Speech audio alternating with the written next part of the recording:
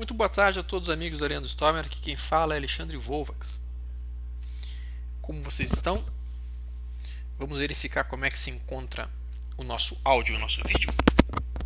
Se o áudio e o vídeo estiverem bem, nós podemos imediatamente dar prosseguimento ao nosso chat de position. Um grande prazer estar com vocês aqui hoje. Lembrando aos amigos então que nós estaremos comentando sobre as diferentes estratégias operacionais que são apresentadas nos nossos treinamentos. Tá? Vamos dar uma especial atenção, obviamente, para o prazo de position, que é o prazo, meu prazo de eleição, basicamente, um gráfico semanal. Ajeitar aqui um pouquinho. Assim vai estar melhor. Ok, tá, aqui tá bonito. Como é que tá o áudio, como é que tá o vídeo? Vocês podem dar um retorno sobre isso, pessoal? Para que então a gente possa dar o prosseguimento. Deixa eu colocar aqui o gráfico semanal do nosso Ibovespa, que fez uma belíssima, podemos dizer isso, uma belíssima barra de força na semana passada. Já temos o retorno do áudio, pessoal dizendo que o áudio e o vídeo está bom. Ótimo, obrigado pessoal, obrigado Anaka, obrigado Luca, obrigado RSR. Então vamos lá. Se a gente for olhar aqui especificamente a barra da semana passada, foi uma barra de retorno à média. Tá? Ou seja, a gente vinha depois de várias semanas em forte recuo e fizemos um candle de reversão com uma longa soma inferior na semana anterior, na terceira semana de janeiro, e a última semana de janeiro foi um retorno à média, e agora, aparentemente, o mercado tende a fazer um movimento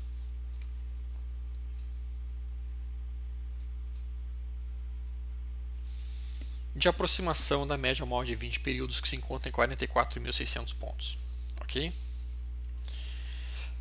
Muito bem. Dito isso, também é importante mencionar que o alvo de todo esse movimento de queda que aconteceu daqui até aqui, ele foi praticamente atingido na região de 36.600 pontos.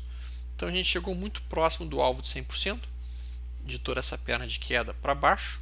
Se a gente considerar então isso aqui como esse diamante como sendo um movimento que marca metade do movimento prévio, então essa amplitude seria a amplitude esperada para baixo.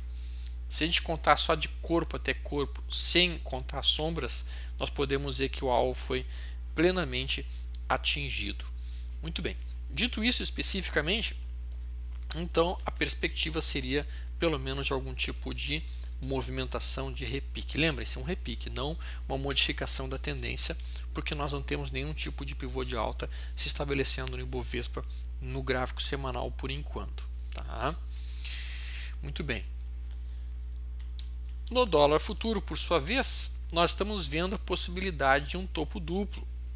Tá? Um padrão clássico, conhecido já há bastante tempo de todo mundo aqui, né? Em que o mercado sobe até uma determinada região de preços, encontra resistência naquela área, no caso aqui em 4,25, fez um recuo, sentiu a média agora como suporte, volta a subir, bate de novo na mesma região, não consegue romper, entra pressão de venda, formou um engolfozinho de baixa, perdeu a mínima da semana passada e agora então a gente tem um viés de no mínimo um retângulo estar se formando, o que poderia trazer o dólar de volta até o fundo prévio em 3.829. De fato e objetivamente falando, o Fábio Figueiredo já havia inclusive demonstrado aqui para nós um Advanced Breakdown no FR14. Isso foi observado então alguns dias atrás por ele, muito bem observado, e ele colocou então dentro dos relatórios dele o Advanced Breakdown, que é basicamente uma linha de tendência de alta que existe no preço e que existe no indicador e que não é perdida no preço, mas já foi perdida no indicador Isso significa que o próximo movimento de alta, que seria esse, marcaria o topo então do dólar, tá? Que é o que a gente está observando então agora. E aí o alvo específico, para quem trabalha o Advanced Breakdown, seria basicamente essa amplitude projetada para baixo alternado, não em 100%, mas em 161%, o que leva no Advanced Breakdown o alvo do dólar em 3.482, conforme mencionado pelo Fábio Figueiredo no relatório dele. Tá? Então, dólar, nós temos um viés baixista para as próximas semanas, de fato, até mesmo para os próximos meses, certo? Isso só é modificado, logicamente, se nós conseguirmos superar e fechar acima de 4.222. Tá? 4.222 seria o ponto que reverteria realmente a possível movimentação de baixa esperada a partir do Advanced Breakdown localizado pelo Fábio Figueiredo. Ok? Então isso a respeito do dólar futuro. Em relação ao BGI Fut, o BGI futuro, tá? Se a gente olha o gráfico do BGI futuro, nós vemos este gráfico trabalhando dentro de um retângulo. Tá? Então a gente coloca aqui, tem resistência em 156, tem suporte em 152 e nós estamos trabalhando em cima dessa região com a média móvel aqui de 50 semanas sendo sentida como pressão de venda, como resistência e travando a movimentação do BGI Fut. O BGI H16 opera dentro de uma tendência de alta, a gente está vendo, ele tem uma pequena história, né? A história dele é curta, né? Agora possibilitando uma semana, um princípio de correção no gráfico semanal, mas a gente não tem muita base aí no semanal para poder estar observando alguma coisa em termos de BGH16. Né? No futuro permanente do boi, nós temos então realmente uma resistência acima de 156, muita gente entrou vendendo por aqui e colocando seu stop acima de 156 e o alvo lá em 151, com 152 na verdade. Já o milho, por sua vez, o milho futuro, ele vinha, ou melhor, vem dentro de uma situação de topos e fundos ascendentes. Nós podemos observar aqui, ó, topo, fundo, topo, fundo, topo, fundo, topo mais baixo, fundo mais baixo, então uma correção ABC. E agora ele inicia um novo movimento de alta que faz um topo acima do topo prévio. Essa semana já começa a marcar um fundo acima do fundo prévio, seria uma retomada de tendência altista dentro do milho futuro. Aqueles que usam Elliott em suas contagens observariam aqui possivelmente uma onda 1, uma onda 2, e aí aqui provavelmente estaremos dentro de uma onda 3 no milho futuro, tá? Inclusive já rompendo a máxima da semana passada, o CCMH16, então CCMH16 em topos e fundos ascendentes, rompendo a máxima da semana passada, automaticamente então gerando uma entrada para quem opera pelo modelo do Dave Landry. Sabe o Dave Landry? Então, o Dave Landry tem um modelo muito interessante de operar. Basicamente, quando tu tens a média móvel de 20 subindo, que nem está acontecendo aqui, e topos e fundos ascendentes, ele espera um candle que tenha sua mínima abaixo da mínima dos dois candles prévios. Quando isso acontece, automaticamente ele faz a tomada da posição quando rompe a máxima desse candle, colocando o stop abaixo da mínima. E aí o modelo do Dave Landry que ele apresenta no livro dele, ele projeta o risco para cima, e daí ali ele vai realizar metade da posição e depois ele conduz outra metade para um stop de metria fixa, que é algo bem interessante, algo bem legal de ser realizado. Então o milho, tendência de alta, boi, tendência de lado, dólar futuro, uma possível reversão de tendência, índice Ibovespa por enquanto não tem sinal de reversão de tendência, mas, e é importante, tá?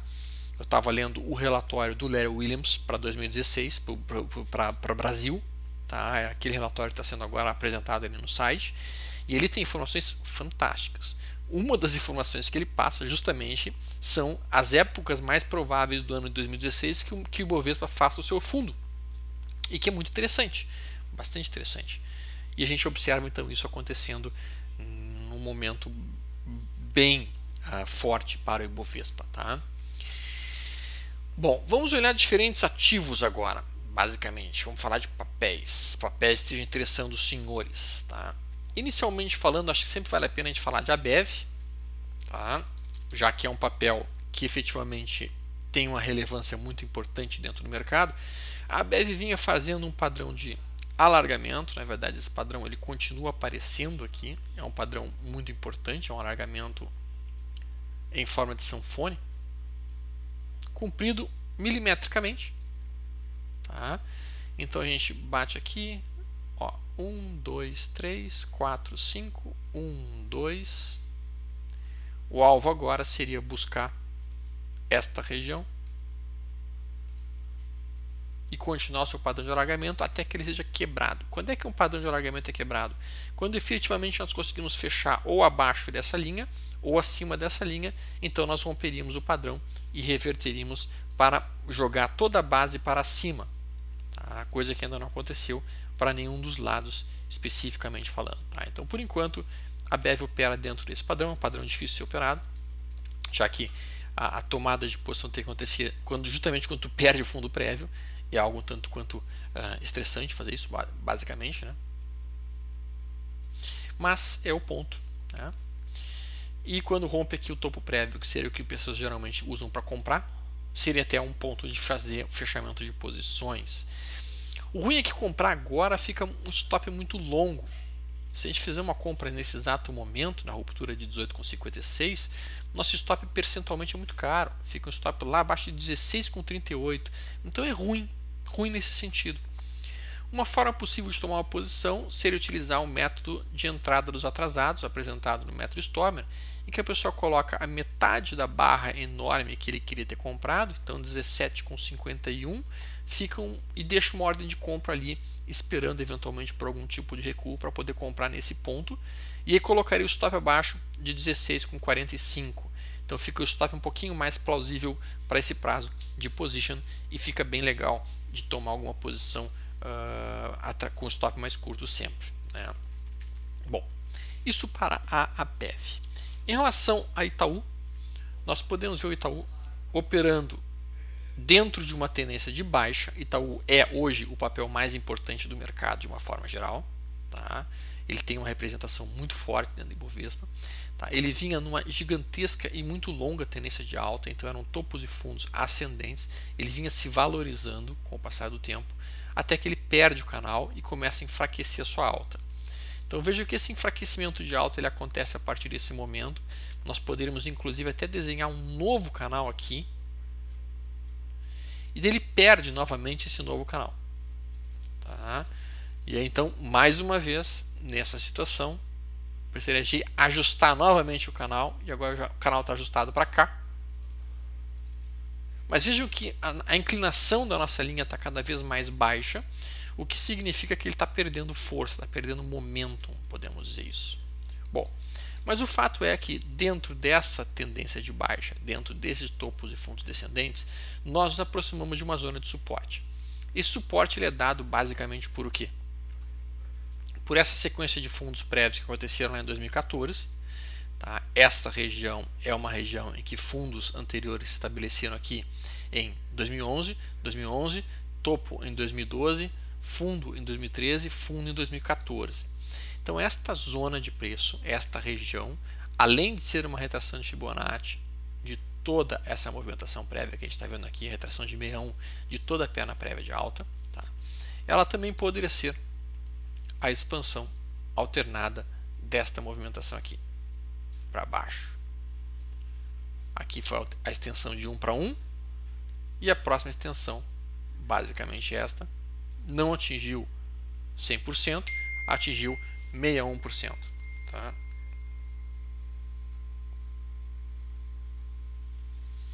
Muito bem.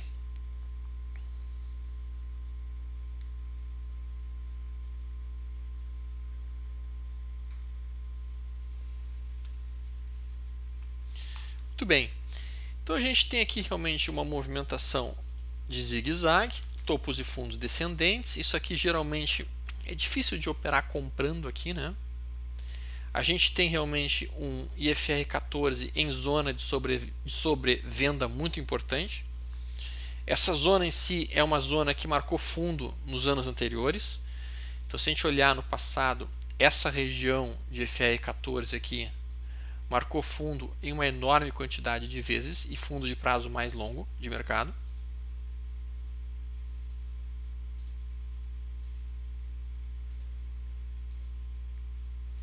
ok?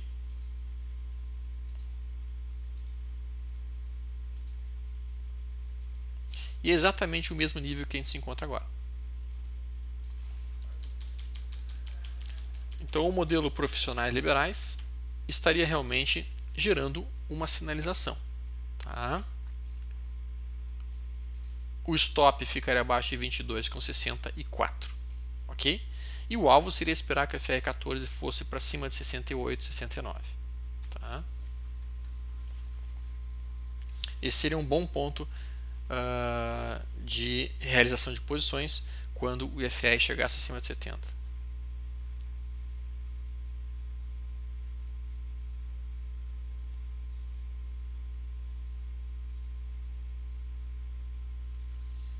Tudo bem. Então, a gente vai fazer uma aproximação da média móvel em 27,47. Podemos ter uma pressão de venda acontecendo ali, uma pressão de venda ainda maior em 28,90. São duas pressões de venda bastante importantes que podem acontecer dentro do Itaú, inclusive porque aqui seria a linha de tendência de baixa observada pela união desses dois topos que a gente tem desenhado aqui. Então, em 27,50 ali podemos realmente observar uma pressão de venda mais importante dentro do Itaú, certo? Muito bem. Bradesco é um outro ativo bastante importante dentro do mercado, tá? Também com níveis de FR14 muitíssimo baixos, níveis que produziram fundos bastante relevantes no passado dentro de Bradesco.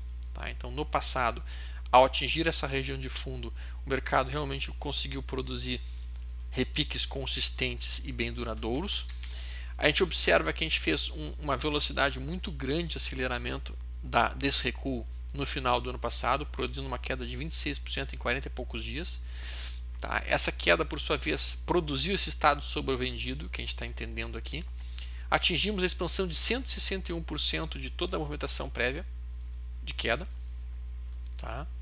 E a gente chegou próximo de uma zona de suporte dada por fundos prévios.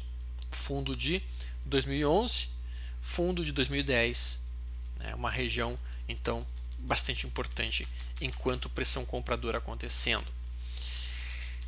Lógico que os traders mais agressivos tomaram posições aqui pelo modelo profissionais liberais com stop abaixo de 16,80.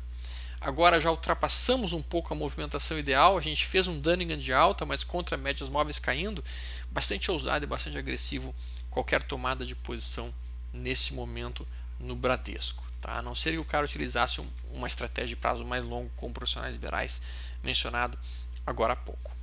Ok? Então a gente já viu Itaú, já vimos Bradesco, já vimos a Bev. Vamos falar agora de Petrobras. Petrobras, tá? O papel vem numa fortíssima tendência de baixa, tá? Com o seu FR14 extremamente sobrevendido, como a gente está vendo. Tá, bastante sobrevendido em um nível que no passado produziu realmente fundos mais importantes. Para falar a verdade, a gente só viu esse nível em toda a história da Petrobras em 98, quando foi marcado esse fundo aqui. Depois em 2008, quando foi marcado o fundo 2008. Depois vimos mais uma vez o fundo marcado em 2014 e o momento atual de Petrobras. Ou seja, foram apenas uma, duas, 3 vezes em toda a história da Petrobras que o nível de FR14 chegou num estado tão sobrevendido assim. Ah, isso significa uma compra, Alexandre? Não necessariamente.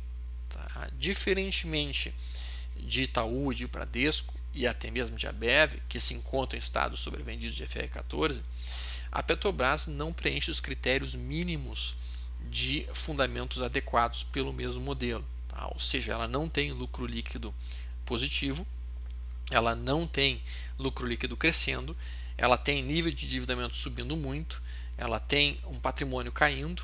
Então, efetivamente falando, Petrobras não encontra-se dentro do modelo profissionais liberais para que possa ser operado por essa metodologia e, portanto, não permite nenhum tipo de operação na ponta da compra, mesmo com o seu FR14 estando bastante sobrevendido, como a gente está observando aqui agora há pouco.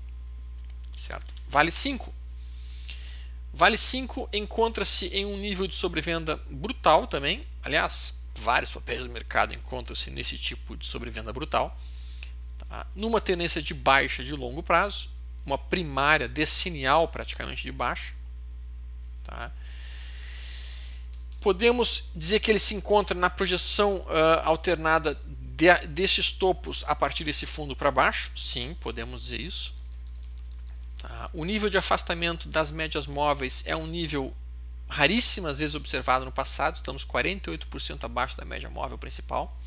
Isso é algo que só foi visto realmente durante o crash de 2008, que ela chegou a cair 49% abaixo da média móvel, estando num estado sobrevendido muitíssimo importante. Bom, traders agressivos que gostam de operar esse tipo de situação poderiam até estar considerando uma tomada de posição na ruptura de 7,55 e o stop ficando abaixo de 6,38. É uma alternativa factível, tá? É uma alternativa de trade bastante arrojada e bem agressiva. Tá? O alvo teria que ser, obviamente, uma realização parcial projetada para cima. Então, em 8,73 já realizaria parcial e tentaria conduzir esta posição até a média móvel lá que está em 11,23. Não é o tipo de trade preferido meu, basicamente. A gente sabe que eu prefiro mais operar a favor da tendência do que contra esta. Então, falamos já dos principais papéis. E agora podemos então olhar alguns ativos que geralmente chamam a atenção das pessoas. A Nato 3 é um desses papéis. Nato 3 recuou até o fundo prévio e sentiu suporte entrando aqui, tá? E voltou a subir.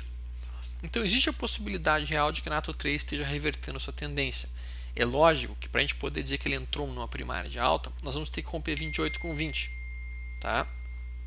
O que significa então uma possibilidade então de movimentação altista, ruptura do topo anterior, e se isso acontecer, então o papel volta para uma tendência de alta.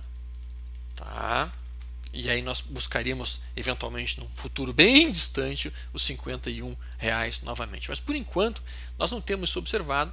A gente tem realmente um Advanced Breakup, isso nós temos, tá? Um Advanced Breakup acontecendo exatamente aqui, ó. O preço não rompeu a sua linha de tendência de baixa, o FR14 rompe a sua linha de tendência de baixa, faz o recuo, bate nele e vira para cima. Então esse é o ponto exato de entrada que a Constance Brown preconiza no seu livro. Tá? Ela diria exatamente este é o timing ideal de compra para um prazo de fundo de longo prazo. Tá? E daí o que ela faz pelo modelo dela? Ela executa a entrada aqui, coloca o stop abaixo de 20,80 e ela desenha uma linha unindo esses fundos. Enquanto o papel estiver respeitando essa linha, ela fica dentro do papel, deixando que a tendência de alta agora se estabeleça por um prazo muito mais longo.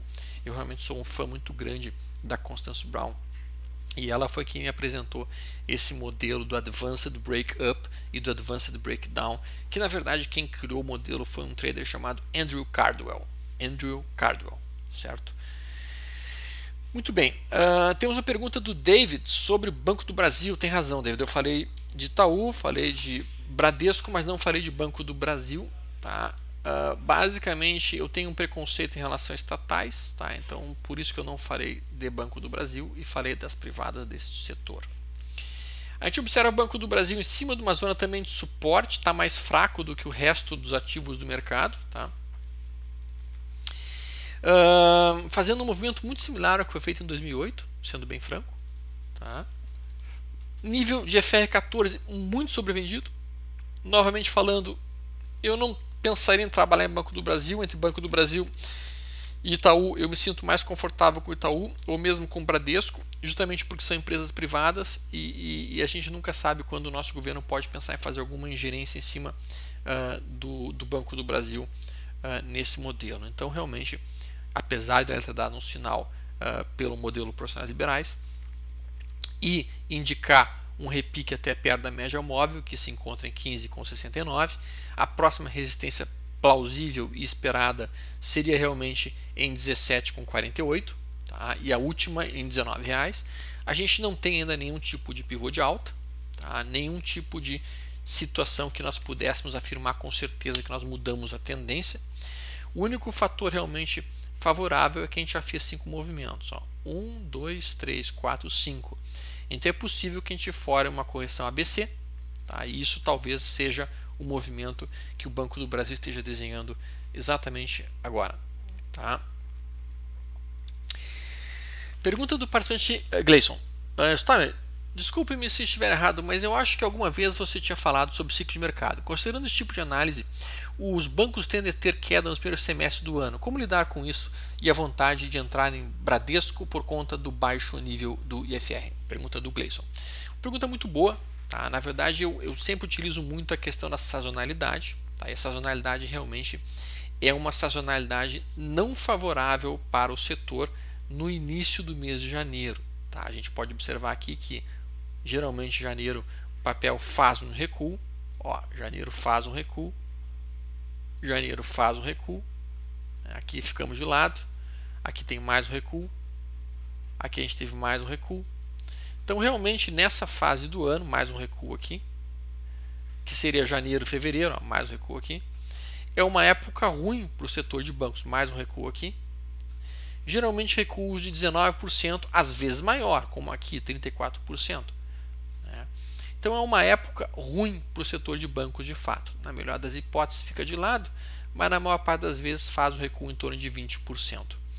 Se nós considerarmos que a queda aqui já compreende uma queda de 32%, se nós considerarmos isso considerando dezembro, então nesse aspecto, Gleison, eu diria que o setor de bancos ele já descontou a queda que normalmente ele faz no primeiro mês, janeiro e fevereiro, e com isso então já poderia estar inclusive entrando em níveis interessantes. Tá? Para isso, então a minha estratégia seria realmente colocar um stop abaixo da mínima do ano. Tá? E o meu stop ficar ali e utilizaria um manejo de risco para não arriscar um capital que eu não pudesse estar me permitindo perder. Né? O fato é que tomar uma posição aqui com um alvo lá, o topo anterior, nós temos uma relação risco-benefício aqui que atrai. Né? Com esse nível de sobrevenda, a gente tem uma chance maior de que o trade dê certo. Então essas coisas todas são levadas em consideração. Vamos ver as perguntas, estão dos amigos, estão entrando várias perguntas aqui. O Jorge perguntando, boa noite, Stormer, por favor comentar o GPA3 e Amplo 3. Vamos ver primeiro o GPA3, já que essa é uma empresa que eu particularmente sou um fã, confesso. Tá? Uma empresa muito bem gerida, tá? Vem dentro de um longo canal de alta. A gente observa esse canal de alta acontecendo aqui, certo? São topos e fundos ascendentes. Atingimos a base do canal. Mais do que isso, notem que nós estamos realmente numa zona de sobrevenda de FR14 que foi atingida apenas uma vez em 2008 e uma outra vez em 2004 e uma outra vez em 2000. E foram os três fundos principais do papel. Tá? Mais do que isso falando, o movimento atual aparentemente parece ter sido uma ABC. ABCs têm uma característica. A onda A tem exatamente o mesmo tamanho da onda C. Tá? Então a gente considera isso aqui uma onda A, certo? Isso aqui, o B, e isso aqui, o C. Na verdade, o nome técnico que isso recebe não é uma ABC. Tá? Não é. O nome técnico é AB igual CD. Tá? Então, isso aqui ele seria ABCD. Né? Então, esse tipo de padrão, que é um padrão já identificado há muito tempo dentro do mercado, tá? Se vocês forem olhar, recebe o nome de ABCD Pattern. ABCD Pattern é um padrão basicamente de continuação. Ó, ele é muito descrito no Forex. Tá? Ó, um ABCD by Pattern. A, B, aí tu tem o C e o D, em que o tamanho do A para o B é igual ao tamanho C para o D. O ponto de entrada basicamente é quando rompe a máxima do candle que encostou no nível de D. Né? E aí com isso, automaticamente, ó, então aqui ó, nós vamos ter alguns desenhos, por exemplo. A, B, C, D. Tu estaria comprando ali e o alvo é toda a amplitude para cima. Então neste caso específico, o alvo é basicamente essa amplitude aqui, anterior ao padrão AB, ABCD. O alvo ficaria lá em 78,46 para a UGPA3 e o stop fica imediatamente abaixo desse fundo, abaixo do fundo estabelecido em R$ 53,00. Tá? Então a gente tem um stop aproximado de position de 10%, para um alvo pleiteável de 32,42% para o GPA 3. Tá? Tivemos também essa semana passada, um Dunning de alta sendo formado. Tá certo que contra as médias móveis principais, mas com o nível de FR14 sobrevendido, com o padrão ABCD, mais o nível de topos anteriores rompidos ali, esses dois candles de versão na semana passada, é uma entrada aceitável para um trader mais agressivo. M+3, por sua vez, pergunta do Jorge também, se encontra dentro de um retângulo. Então nós temos aqui um retângulo em topo, são topos no mesmo nível, fundos no mesmo nível, tá? Basicamente a gente entende que nós estamos trabalhando dentro de um retângulo em topo na M+3, tá? Nós temos então suportes localizados de 29,60, resistências na faixa de 40,31, tá? Como é que a gente opera um retângulo que tem uma amplitude maior que 10%? Basicamente a gente espera que se forme um candle de reversão próximo da zona de suporte. Quando isso acontecer, nós marcamos a máxima desse candle, então, por exemplo, seria uma possível entrada na ruptura desse candle aqui. O stop ficaria abaixo da mínima do candle que teve a sua máxima superada. Para quem fez isso nessa semana, levou um stop aqui, porque aqui tinha feito um arame, né, aqui, com o rompimento e depois o stop depois acontecendo. Mesmo assim, considerando que nós ainda estamos dentro da zona em que os compradores se apresentam, zona de compradores, e aqui é a zona dos vendedores.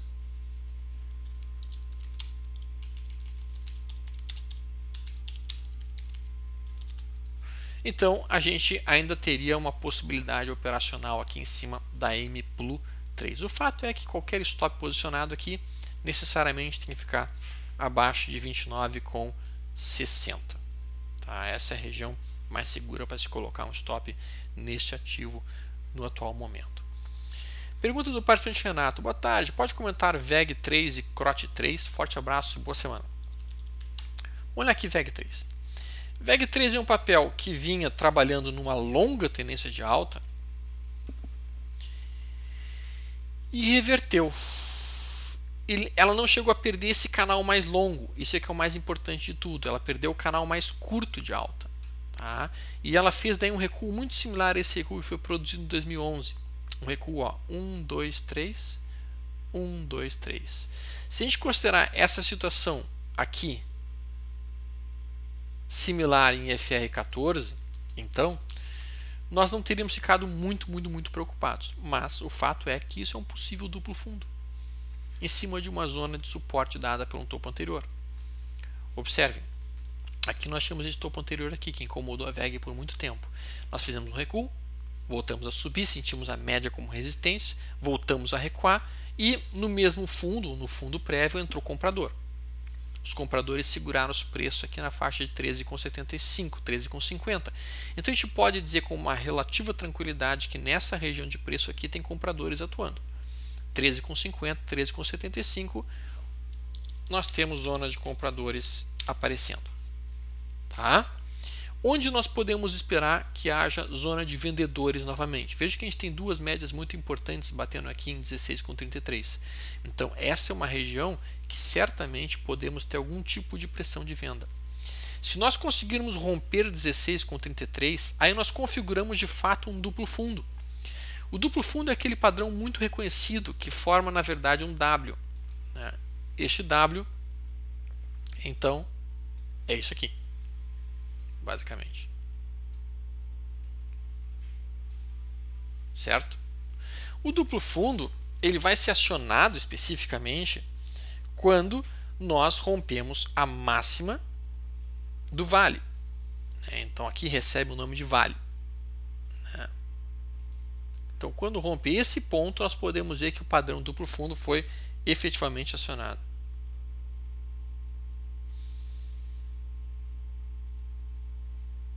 E aí nós temos o sinal acontecendo.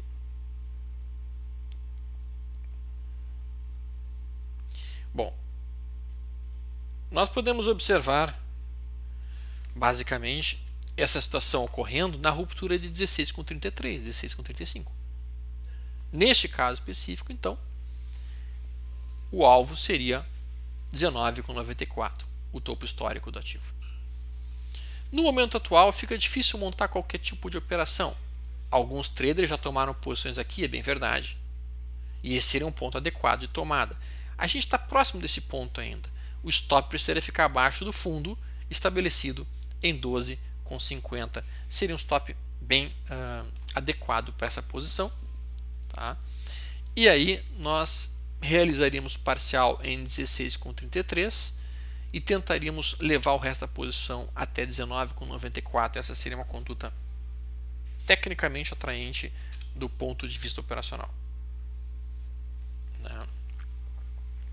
A outra pergunta do Renato era sobre a CROT 3. CROT 3, lindo movimento. Tá? Aparentemente, CROT 3 está desenhando o movimento que a gente queria. Tá? Fez o pullback agora. Possibilidade de estar retomando a movimentação. A gente tinha comentado há algum tempo atrás aqui, o movimento 1, movimento 2, movimento 3, que seria o movimento 4. Finalizando o 4, nós iniciaremos onda 5. Então agora estamos no início de uma onda 5 de longo prazo. Essa onda aqui 4 teve 3 tempos, ó, 1, 2, 3, e agora aqui é movimento 1 da onda 5, movimento 2 da onda 5, e agora estamos iniciando o movimento 3 da onda 5. E o alvo principal de toda essa movimentação seria em 22,81, certo? Olhando isso dessa maneira, a gente entende que vai haver uma certa pressão de venda e uma certa resistências acontecendo aqui perto de R$10, número redondo, sempre uma região que atrapalha muito o mercado como um todo. Né? Mas uma vez rompido aqui os 11, 10,84, 10,85, que é a resistência principal, o papel realmente fica livre, vai ter pivotado, vai ter feito inclusive um Mark Crisp de alta muito forte, e aí fica realmente com um céu de brigadeiro para o futuro. Muito bem. Vamos olhar aqui o Condor. Olá, Storm, tudo bem? Como vai? Estou voltando a operar depois de muito tempo. Sou do tempo que o fórum era muito frequentado. Poderia comentar BRML 4? BRML 4? Eu acho que é BRML 3, né? Posso ter dado entrada da semana passada pelo High Low e Max CD Histograma no semanal. Deve ser BRML 3, porque 4 não existe mais. Pelo menos não tem mais liquidez para isso.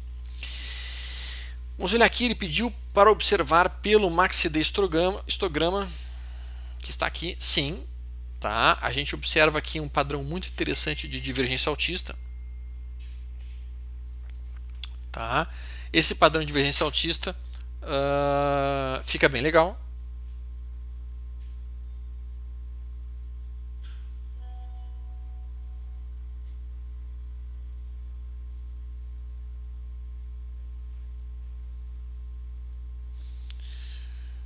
Pode ser agora, tá?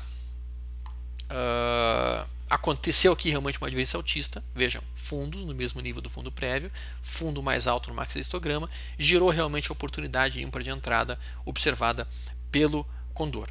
Tá? O alvo aqui mínimo é em 13,39, tá? E depois, se rompermos 13,39, é um duplo fundo, e esse duplo fundo então vai para cima, vai lá para 17,64. Ok?